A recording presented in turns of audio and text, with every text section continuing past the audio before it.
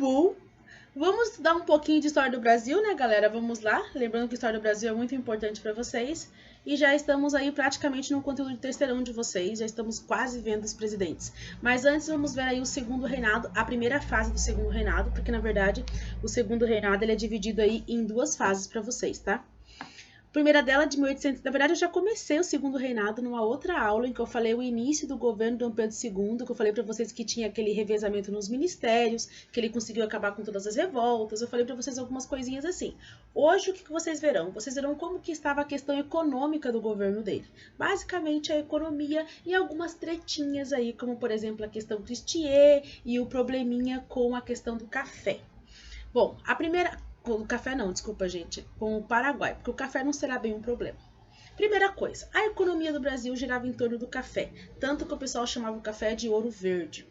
O café, ele foi produzido na região do Vale do Paraíba, talvez tenha para vocês aqui o mapinha. Ou seja, na região de São Paulo, onde tinha uma terra propícia para isso, o clima e tudo mais, então ali tinha os grandes donos de cafezais, e no segundo reinado são eles que vão fazer sucesso aí. Assim como no início da história do Brasil, quem fez sucesso foram lá os donos dos canaviais e tudo mais, aqui vai ser os donos dos cafezais. O Brasil exportava muito café, a maior parte da economia do Brasil vinha do café, basicamente. Se a gente tinha alguma reserva monetária, que é como se fosse a poupança, gerada em um país, nós tínhamos isso por causa do café. E aqui tem para vocês, em forma de pontinhos, que eu adoro pontinhos, vocês sabem disso, alguns dos motivos pelos quais a galera aí do Vale do Paraíba e de São Paulo conseguiu crescer tanto na questão do café e conseguiram se transformar em pessoas tão poderosas na época, né? Além da terra, que era propícia, que o pessoal chamava de terra roxa, tem aqui para vocês algumas outras coisas que vão ser ao mesmo tempo consequências e ao mesmo tempo também alguns motivos pelos quais cresceu tanto essa região. Primeiro que usava-se muitas técnicas modernas na época para a produção do café nessa região, eles estavam sempre atentos a novas produções, tudo mais, como que poderia ser feito, como poderia mudar a produção. Existia um comércio muito forte de café interno e externo, e isso fez com que as coisas bombassem. Quem era dono de cafezal aqui no Brasil no segundo reinado também investia em bens na cidade, então eles sempre possuíam alguma renda extra, né? Geralmente eles tinham uma grande mansão na cidade e outros bens na cidade, além, é claro, de possuir ali o cafezal. E eles também incentivaram a imigração forte, e muitos imigrantes sabiam lidar muito bem com essa questão da produção do café. Devido ao fato do Brasil ter desenvolvido muito café, nós vamos ter um surto industrial, que eu acho que eu nunca vou me acostumar com esse nome, com esse lance de surto, né? Enfim, porque o Brasil teve uma industrialização tão curta que nós não costumamos dizer que é revolução industrial, é surto industrial. Nós vamos ter mais de um surto. Esse primeiro surto que vocês estão vendo aí vai acontecer no século XIX, a partir de 1844, aí no iniciozinho do governo Dom Pedro II, e vai acontecer por alguns motivos específicos. Primeiro, que o café no Brasil tinha nos gerado uma boa renda, então era possível utilizar aí boa parte da renda gerada pelo café para poder investir na indústria. E segundo, que em 1844 vai acabar um acordo que o Brasil possuía com a Inglaterra. O Brasil possuía um acordo com a Inglaterra de que nós diminuímos os impostos em cima dos produtos ingleses no Brasil. Esse acordo foi firmado desde a época de Dom João VI, quando ele fugiu de Portugal e veio para o Brasil. Essa era uma das coisas que a Inglaterra pediu para ele fazer, caso contrário ela não teria dado essa carona para ele vir para cá. Depois o Brasil conseguiu independência, e para que a Inglaterra aceitasse a nossa independência, além de nos emprestar dinheiro na época, ela queria que nós renovássemos esse acordo, na qual os produtos ingleses não pagariam tantas taxas aqui no Brasil. Então, por muitos anos, a indústria brasileira também esteve parada por causa disso, porque nós consumimos produtos ingleses. Porém, em 1844, esse segundo acordo que havíamos feito com a Inglaterra, ele havia acabado. E aí nós vamos criar, em 1844, a tarifa Alves Branco, que vai aumentar consideravelmente os produtos ingleses, que antes era uma taxa de 15% a 16% que era cobrada, e essa taxa vai ir de 30% a 60% dos produtos. Sendo assim, os produtos internacionais vão ficar muito caros, e isso foi feito de propósito para poder incentivar a mercadoria interna e tal. Os ingleses vão ficar putaços com a gente. Mas enfim, né, precisávamos desenvolver a nossa indústria. E além disso, vai ter também uma outra coisa que vai favorecer o nosso surto industrial, que é a vinda de imigrantes para poder trabalhar nessas fábricas. Não que os negros não pudessem fazer isso, mas os negros eram considerados escravos, e escravidão e indústria são duas coisas que não se casam. E esse incentivo da imigração vai ser feito a partir de 1850, porque vai ser assinada uma lei conhecida como a Lei Eusébio de Queiroz, que é uma lei que proibiu o tráfico aqui no Brasil. Não proibiu a escravidão, proibiu o tráfico. E com isso eles ficaram preocupados, porque poderia vir a faltar mão de obra negra, já que os negros morriam muito cedo, né? Aos 35 anos de idade, eles não aguentavam mais. Então eles vão incentivar aqui a vinda de imigrantes e vai começar esse período de surto industrial. Só que de todas as pessoas aí desse período, uma pessoa que chama muita atenção é o Visconde de Mauá, um cara muito empreendedor que vai investir em muitas coisas aqui no Brasil. Aqui vocês possuem a fotinha, né, do Visconde de Mauá e algumas das coisas que ele foi responsável no Brasil, para vocês terem noção do quanto que ele tentou incentivar o crescimento brasileiro nessa metade aí do século XIX. Ele vai criar uma companhia de construção de navios, ele vai reorganizar o Banco do Brasil, o mesmo Banco do Brasil que nós temos hoje, o mesmo Banco do Brasil que foi fundado com Dom João VI, ele vai reorganizar, porque afinal de contas estava quase indo à falência, ele vai dar um boom aí no Banco do Brasil, ele vai renovar a questão dos transportes urbanos, ele vai investir em outros bancos, inclusive ele vai criar o banco dele, que era o Banco de Mauá, e vai fazer várias filiais pelo Brasil. Depois vai dar errado, mas a questão é que ele, pelo menos ele conseguiu, né? Ele iniciou. Ele vai fazer também a Companhia de Iluminação e Gás, ele vai investir ferozmente na construção de estrada de ferro. Inclusive o Brasil, durante esse surto industrial aí, um dos grandes símbolos do Brasil será a construção de estrada de ferro para poder escoar a produção, e vai ser muita estrada de ferro. Depois o Brasil parou de fazer esses investimentos, caso contrário, hoje nós teríamos estradas de ferro atravessando do Iapoque ao Chuí, sabe? Enfim, o Brasil então cresceu e tal, e aqui tem para vocês, ó, um total das coisas que foram feitas na época, né? Ó, 60 novas empresas, 14 bancos, 60 companhias de navegação, seguro, mineração, além de 8 novas estradas de ferro. Realmente vai ser o surto, né? A industrialização. Aqui tem para vocês uma imagem que é uma locomotiva utilizada na época e tal, na estrada de ferro de Mauá e blebleblesk, tá? Falando para vocês de quantos quilômetros foram e tal, mas aí é só uma questão de números para vocês poderem verificar, tá? E o que vai acontecer que isso vai ser só um surto e que isso não vai continuar por tanto tempo assim? Primeiro que o Brasil não possuía uma reserva monetária grande o suficiente para poder nos acudir em época de desespero. Portanto, as indústrias, quando precisarem de auxílio, nem sempre elas terão esse auxílio. Por exemplo, se tem algum período que o café não está tão legal assim, já que o café era um dos que mais gerava ali renda, o Brasil não vai conseguir ter algo que possa sustentar essas indústrias e que possam socorrer elas. Além disso, um dos locais que saiu dinheiro para poder investir na indústria do Brasil foi com o final do tráfico de escravos, que daí parou o dinheiro utilizado pelo governo para poder trazer escravos para o Brasil, porque o governo também gastava com isso, vai ser utilizado na industrialização, mas com o tempo eles não vão cuidar e esse dinheiro vai esvaziar e não vai ter mais. Em outras palavras, um dos maiores problemas foi que eles não cuidaram o caixa, não viram como é que eles iam administrar isso e tudo mais, tá? E também porque a Inglaterra vai fazer muita pressão em cima do Brasil. Muita pressão, sabe? A Inglaterra, inclusive, fez uma lei, que provavelmente está aqui para vocês, ó, a Bill Aberdeen. Assim que a Inglaterra ficou sabendo da tarifas Alves Branco aqui no Brasil, de que ela teria que pagar um imposto muito alto sobre os produtos dela, ela fez essa lei Bill Aberdeen, querendo proibir o tráfico de escravos aqui no Brasil. Antes do Brasil fazer a lei Eusébio de Queiroz. Porque ela gostava de negros? Claro que não, é porque ela queria atrapalhar o Brasil. Então, desde que o Brasil colocou a regra de que iríamos investir na nossa indústria e de que a Inglaterra teria que pagar altos impostos aqui, ela começou a nos infernizar e a nos incomodar bastante.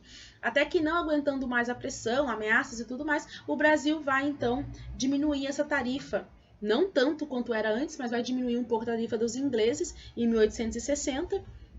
E isso vai fazer com que a Inglaterra tenha aí mais espaço no Brasil e novamente a nossa indústria caia um pouquinho. E além disso, o Brasil vai entrar em 1864 na Guerra do Paraguai E a Guerra do Paraguai vai fazer com que o Brasil perca muito dinheiro investindo nessa guerra, e daqui a pouco eu falo dessa guerra para vocês.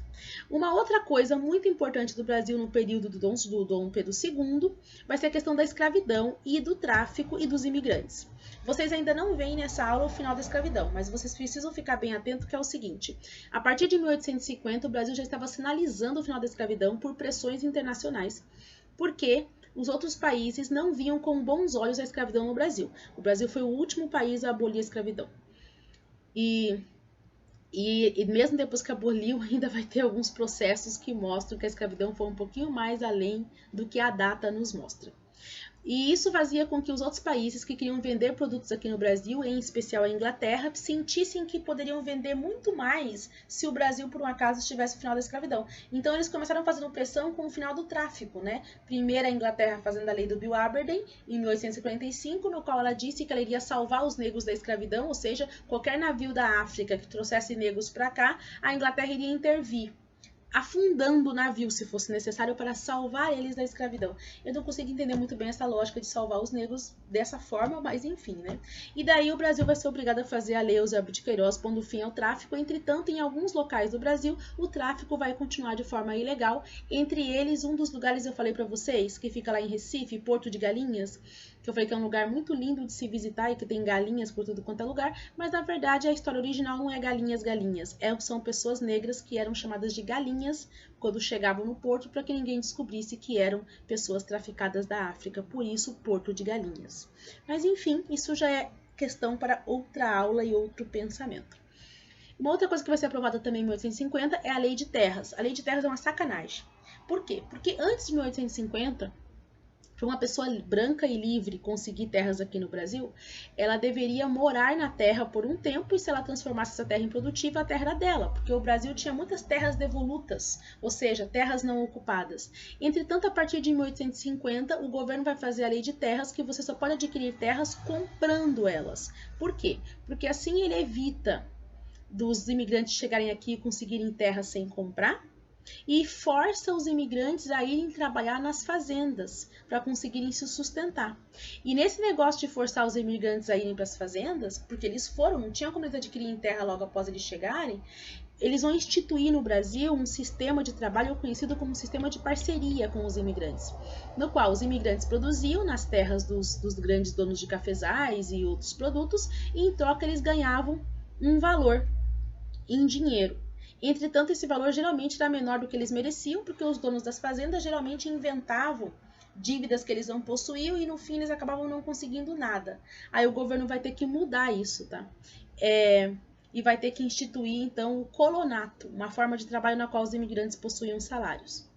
E a lei de terras também vai ser útil para evitar que as pessoas negras que conseguiam liberdade através da carta de alforria conseguissem terras também, já que eles não tinham interesse nenhum que os negros também conseguissem ascender no poder economicamente, ou enfim.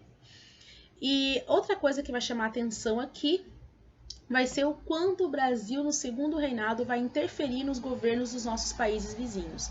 Isso porque o Brasil tinha alguns interesses, juntamente com a Inglaterra e alguns separados da Inglaterra, mas no geral, alguns interesses de manter o Brasil unido e de frear alguns líderes de outros países que pretendiam, por exemplo, unir a América do Sul ou alguma coisa assim.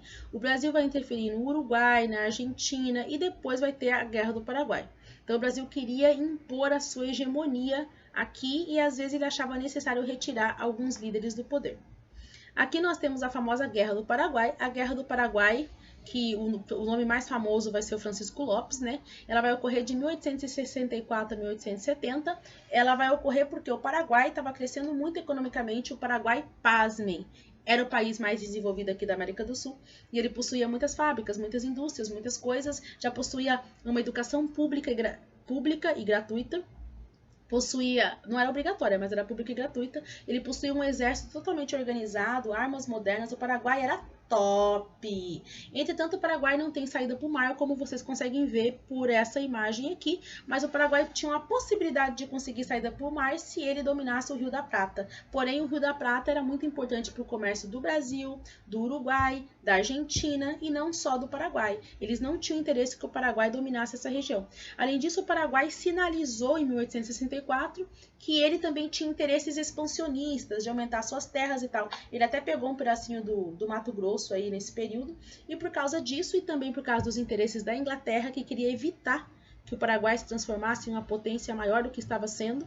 Caso contrário, o Paraguai iria dominar o comércio aqui e não a Inglaterra. Então vai iniciar a Guerra do Paraguai para tentar acabar com o Paraguai e fazer com que ele não dominasse o Rio da Prata e ao mesmo tempo diminuísse a sua influência econômica aqui.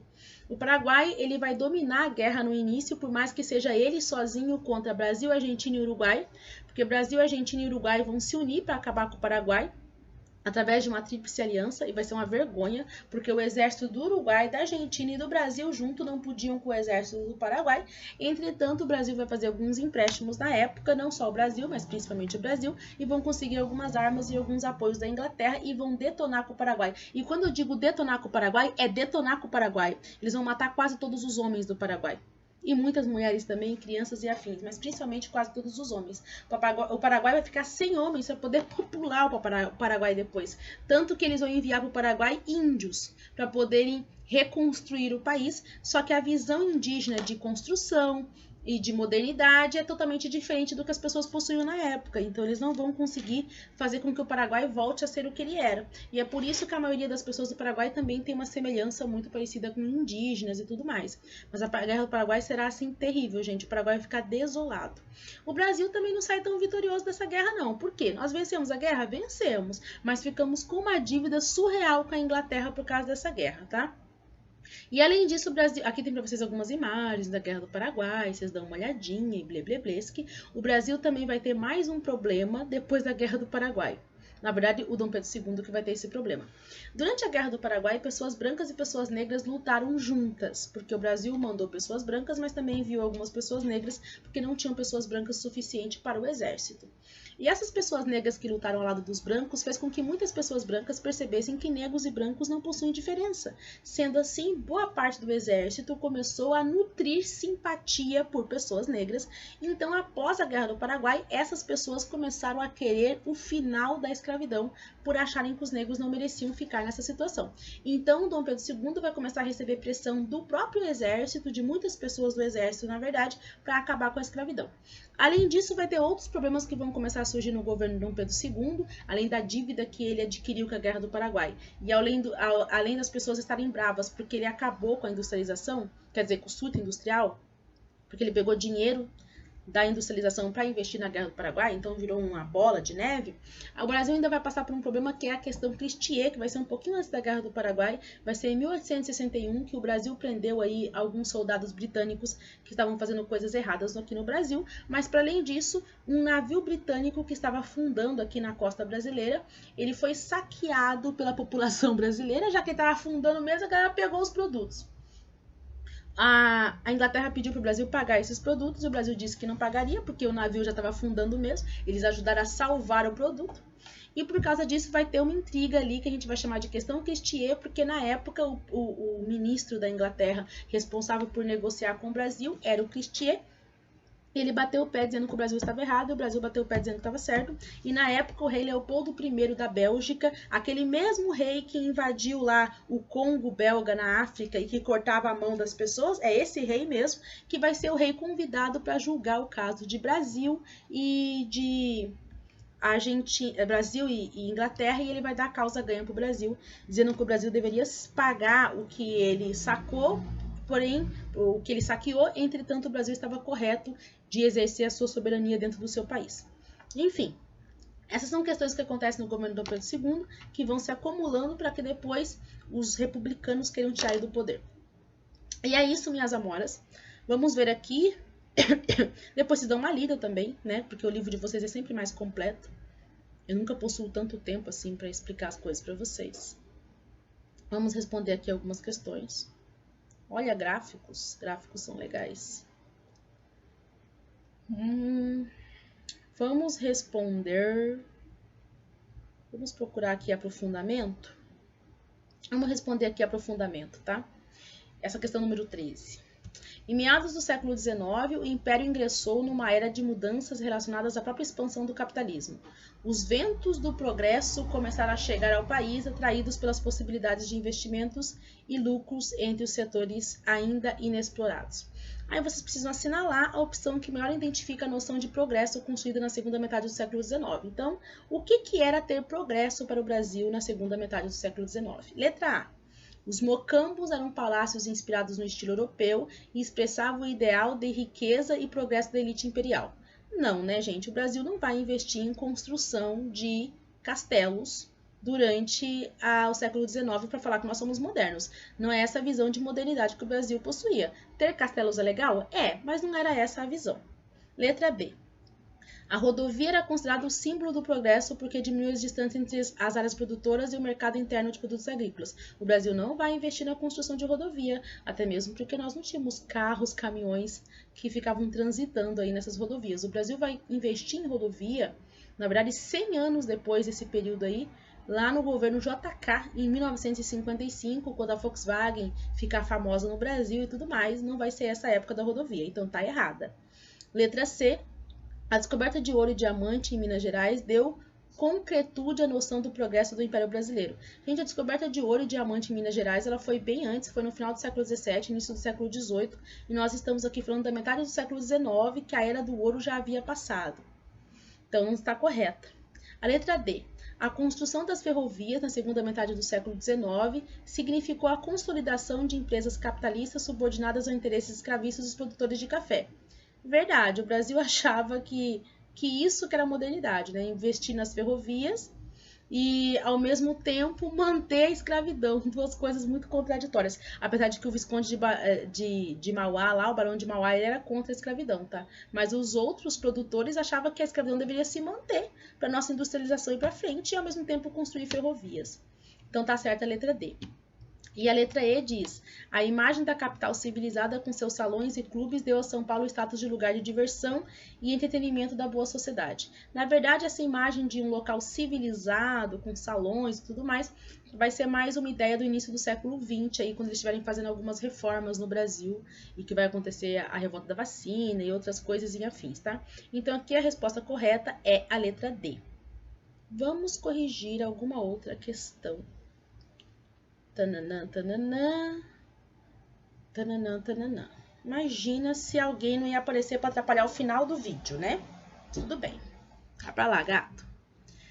Vamos responder essa questão 18 aqui mesmo, ó, da UEL. Vamos ver. Verdadeiro ou falso aqui. Nas questões, depois a gente, não é verdadeiro ou falso, mas a gente vai ver qual frase está correta, né? Então é como se fosse verdadeiro ou falso. A histórica disputa pelo controle geopolítico da Bacia da Prata colocou em guerra, no período de 1864 a 1870, Brasil, Paraguai, Uruguai e Argentina. O conflito envolveu distintos interesses. Quais são os interesses, então, né? A frase 1, a questão da livre navegação nos rios do Paraguai e Paraná, caminhos naturais de acesso ao Estatuário da Prata. É verdade, tá? Os rios paraguaios e os rios Paraná, ali que conectavam um ao outro, era uma disputa durante essa guerra, porque daria a eles uma livre saída ao mar. Então, essa frase 1 está certa. A constituição de uma confederação nos moldes bolivarianos, capaz de unir diferentes etnias indígenas daqueles países. A Guerra do Paraguai não foi uma tentativa de unir tribos indígenas, então a frase 2 está errada. A política expansionista do Paraguai, efetivada na época pela conquista de áreas do Mato Grosso. Verdade, uma das coisas que causava medo nas pessoas é essa política, essa tentativa do Paraguai expandir seu território. E eu falei para vocês que uma das coisas que eles fizeram foi pegar aí um pedacinho do Mato Grosso, então a frase 3 está certa. E a frase 4, a presença britânica na região que defendeu as suas iniciativas socioeconômicas, opondo-se aos interesses da Argentina. Na verdade, a única coisa errada nessa frase é a palavra Argentina. Se fosse opondo-se aos interesses do Paraguai, a frase estaria correta. Então, a frase está errada, porque não foi a Argentina, foi o Paraguai. Então, está correta a frase 1 e 3, ficando assim, corretamente, a letra B de bola. E é isso, meus amadinhos. Leiam esses textos, nós ainda não terminamos o segundo reinado, temos mais uma aula sobre isso, mas enfim, né? Estudem isso daí e vida que segue. Bye!